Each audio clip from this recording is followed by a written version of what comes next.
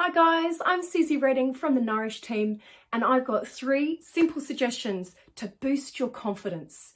If you feel as we emerge from lockdown that your confidence has taken a little knock, you are not alone. We've been in our own little bubble for a really long period of time.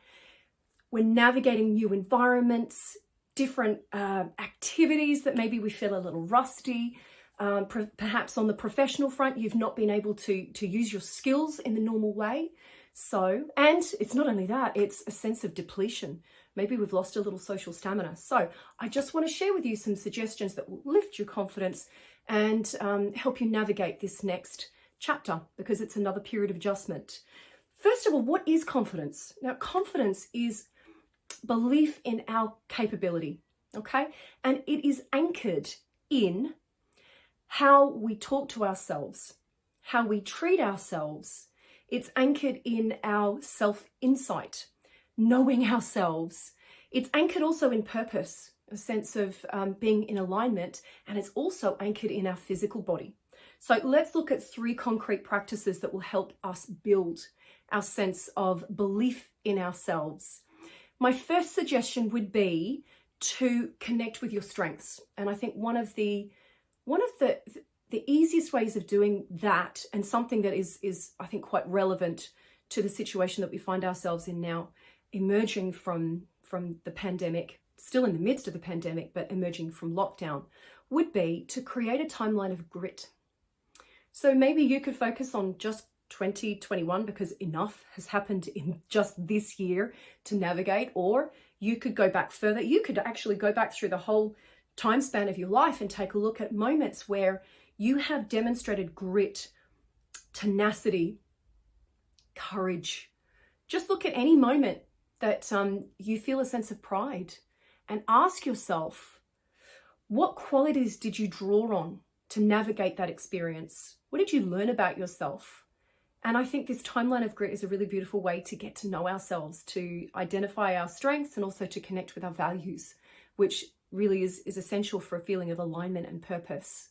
Okay, and all of those strengths that helped you through those experiences will help you right now and in the future. My second suggestion would be around bringing a sense of balance to our thinking. Now, quite often when we're feeling low in confidence, our thinking gets a little bit sticky. We get a little negative or maybe a little catastrophic in our thinking. So my suggestion is allow yourself to entertain the worst case scenario. Also, give yourself time to think about the best case scenario, and then spend a little time in between as well. So give equal airtime to worst case scenario, best case scenario, and most likely case scenario. In saying to ourselves, we mustn't think about the worst, I think those thoughts tend to loom a little larger.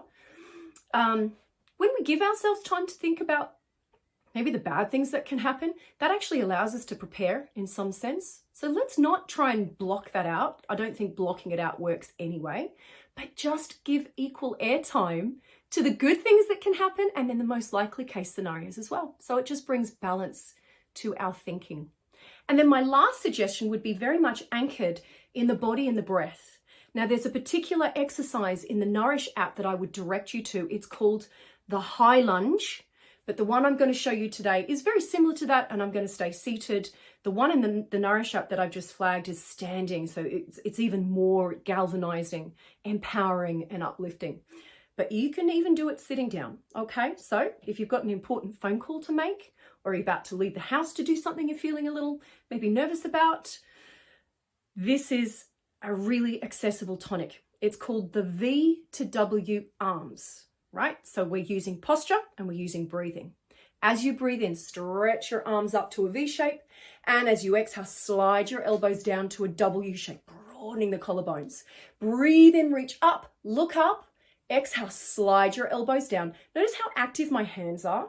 That gives me more access to engaging the muscles behind my shoulders that help broaden my collarbones. That's it. Breathing in, look up to lift your mood. Exhale, slide your elbows down. And now gather all of that energy up to the heart, center it there, and remind yourself you are capable.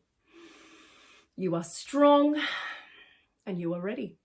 I hope those tips serve you well. Take good care of you guys. I'll see you soon. Bye.